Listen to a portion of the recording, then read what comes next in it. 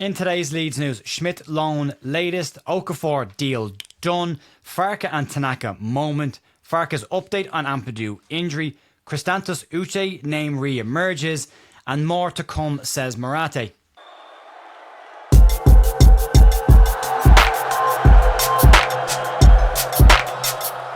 Morning folks, how are you all doing this morning? Leeds United get their Premier League campaign off to a win with a 1-0 win at home to Everton last night. Fantastic performance by Leeds. That midfield three specifically looked incredibly solid and creative even to a degree within that game. So fantastic to see that. A lot more to come. We've got a match review from last night that's up, an instant match review that is currently available on the channel. And we will have a live stream tonight at 7 o'clock. Myself, Jerry McNamee and Paul Brooker from the Leeds Therapy to have a deeper talk and a more relaxed conversation now that the dust has settled on the opening day of the season. But we've got some breaking news and some other news to get stuck in today. So let's not hang around and get stuck straight into it. And we'll start today with Isaac Schmidt's loan situation. No place in the squad last night for fullback Isaac Schmidt as Jayden Bogle returned to the Leeds United starting 11, which we were all very happy to see, and a very good performance by him as well. But his future for Isaac Schmidt is still very much up for discussion, and Werder Bremen, who've shown interest in him and are trying to bring the player in on loan, are still trying to lock down a full agreement with Leeds United to allow Schmidt to move on. This morning, Florian Plettenberg has posted an update on the situation and says that Leeds United and Bremen still have not agreed on the full details of that contract, and he said that the issue here with this loan is simply down to the clubs. Schmidt and Bremen have spoken and are happy with what's been put on the table. They've agreed terms in principle at this point, but Bremen might be about to move on to other targets if this one can't get done soon. Plettenberg tweet reads as follows: there is still no agreement between Leeds United and Werder Bremen regarding 25-year-old right-back Isaac Schmidt. It's solely down to the clubs. Talks between Schmidt and Bremen are very positive, and they have already reached an agreement in principle as previously reported. Leeds United and Bremen are still in discussions. However, Bremen are also pushing for Elias Bonn of Eintracht Frankfurt. The delay, as he said, is very simple, very straightforward one. Leeds are still trying to bring in cover for those fullback positions, and until they get that, Leeds won't allow Isaac Schmidt to move on. They don't want to leave themselves in a situation where they don't have that cover when the window closes in just under 2 weeks' time. We had a good look at Isaac Schmidt over the summer. I think we all agreed Leeds probably need a better fullback in that position and trying to bring in Premier League level quality to some level. I think for Isaac Schmidt's perspective, if this conversation is still going on around the structure of the deal, maybe there's something in there and potentially an option of a permanent move. I think even if Isaac Schmidt is moving temporarily, given what we've seen this summer, and Leeds looking to bring in a permanent option of fullback, a permanent move away from the club for Isaac Schmidt possibly might be in his best interest, but we'll have to wait and see how that one goes over the next couple of weeks. We'll move on. I'm going to talk about Noah Okafor, and as we said yesterday, the Noah Okafor to Leeds move looked like it was picking up pace and was likely to get wrapped up nice and quickly. And last night, while we were all celebrating Leeds United's first win back in the Premier League, some breaking news came out around the situation. Late last night, Fabrizio Romano tweeted the following: exclusive, Leeds United are closing in on Noah Okafor deal. Agreement almost done with AC Milan. Final details to sort in the next 12 to 24 hours, with the here we go to follow if all goes to plan. Leeds' result last night might go a long way towards helping Leeds entice those last couple of players into the club to show them that Leeds United are not just in the Premier League to make up the numbers, and they plan on being pretty competitive. This morning we got an update on Noah Okafor from Gianluca Di Marzio saying that the deal is done. Obviously he isn't a Leeds United player till he passes a medical and turns up in a Leeds United shirt, but from a paperwork standpoint the deal is now done. On his website on Di Marzio he said the following: Noah Okafor to Leeds United, done deal. The now former AC Milan striker moves to the Premier League.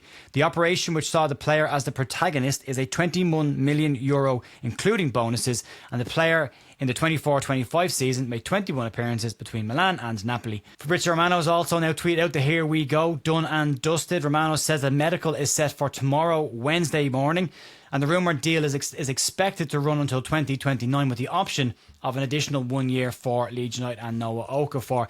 People have talked about his injury record. He was available for over 20 games last season. He was available for over 30 games the year before and close to 40 games the season before that. He has picked up injuries, but it's not as serious as people have made it out to be. He's an exciting player, and given how solid Leeds looked last night, the addition of a player like Okafor would open a lot more doors for Leeds attack-wise, and we'll see if he's the only one. There's still 2 more players at least expected to come in the doors, and given the size of the squad right now, I think we can expect some exits as well at this point. But let's move on to the next story. And an interesting moment caught off camera as the final whistle went and players began their lap of honour. A couple of moments were missed by TV cameras that might be of interest to people. Daniel Farke was seen speaking at length without Tanaka in the middle of the park and gesturing towards his head in a gesture that appeared to be telling Tanaka to keep his head.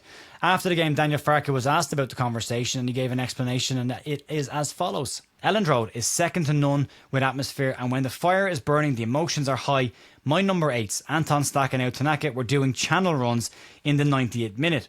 I like that we want to go and score more goals and want to go for it, but it's also important with all that emotion of our supporters, our crowd, that we are not overdoing things and that we still keep the nerves and are still having smart decisions.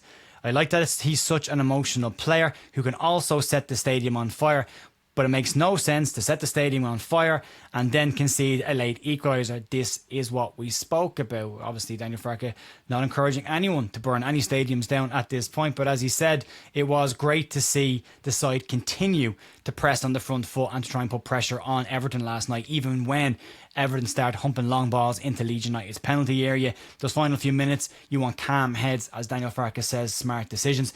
And yeah, he's probably right on this one. You probably don't want to be going gung-ho when you've got a 1-0 win heading into the last couple of minutes. Shut up shop, be smart, kill the game. And they did it last night towards the last couple of minutes. So great performance by Tanaka last night. I thought he was fantastic. I thought he looked every bit of Premier League player. So would love to know everyone else's thoughts on that. But we will move on and talk about the latest situation on Ethan Ampadu's injury, what looked like he picked up last night.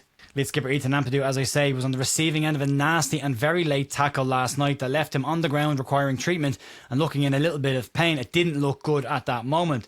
Ampadu appeared to get his studs caught on the ground after the tackle and his knee popped into a very, very uncomfortable looking position. Initially it looked really bad, but he was able to carry on and eventually was replaced by Ilya Groove towards the back end of the game. But after the match, Daniel Farke gave us a quick update on Ethan Ampadu's injury. He's a key player for us. He sets the tempo, important for our defensive stability. We think it's just a bruise, but we'll have to wait and see. Once the adrenaline has gone out of the system, the swelling has cooled down and relaxed a little bit, we'll see exactly where he is. But he was very good last night, and probably for me, one of his best performances in a Leeds United shirt, sweeping up and winning second balls. I haven't seen a Leeds side win that many second balls in years, and he was fundamentally important to that last night. I thought he was outstanding for Leeds, so important that we have him available for the weekend, and good to hear that it's possibly just a bruise. The fact that he carried on as well, I think, relaxes everyone's minds just a little bit on this situation.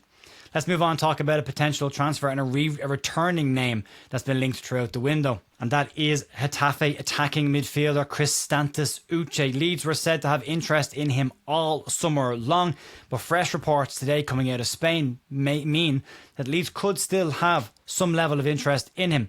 According to Spanish outlet El Marquis, they claim that Leeds United and Brentford both are still interested in making a move for Kristantis Uche. The fee for Uche is rumoured to be in and around €25 million, but according to the Spanish outlet, Getafe might need to sell players now in order to register new players for this current season.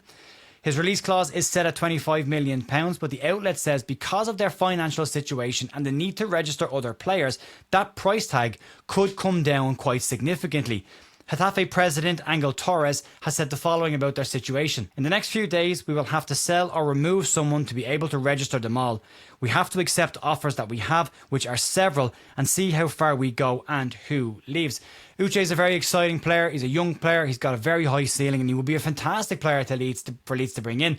At this point, I don't think Leeds necessarily need to bring him in, but if there is a possibility of getting a player of Uche's level and ceiling and future potential at a discounted price, I think you take that risk and you bring him in, you try and make it work with the squad, because that might not become available again in the future. He might get snapped up by a club who will hang on to him for a lot longer, but there is rumoured in this, and it could just be a case of an agent trying to get a player move away at this point as well. But it's an interesting one. He's been mentioned numerous times throughout the window. Has a very out Tanaka vibe off him for the year before we signed him. But yeah, fingers crossed on that. We'll see how it goes, and we'll get you the updates as and when we get them.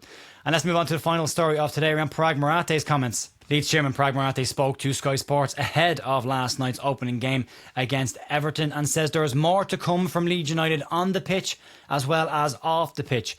Marathe said that everybody in the club believes that Leeds United are a Premier League level club, but we now have to go and prove to everyone that we belong, and last night's result and performance, more importantly, will go a long way towards changing people's mindset on Leeds this season. He said that growth is a journey and it starts here. There's a longer term plan. He has obviously said about Leeds being a European side. I don't think he meant this season, but I think it is a realistic goal for Leeds to have in the future, as long as they can continue to do things the right way. Prague was asked straight out by Sky Sports that he had promised Leeds fans that the club would spend every penny they had in order to make this side a success this season. Currently they spent 75 million. That will go to around about 95 million or 90 million with Noah Okafor coming in. But he was then asked by Sky Sports, can Leeds fans expect more signings to come in?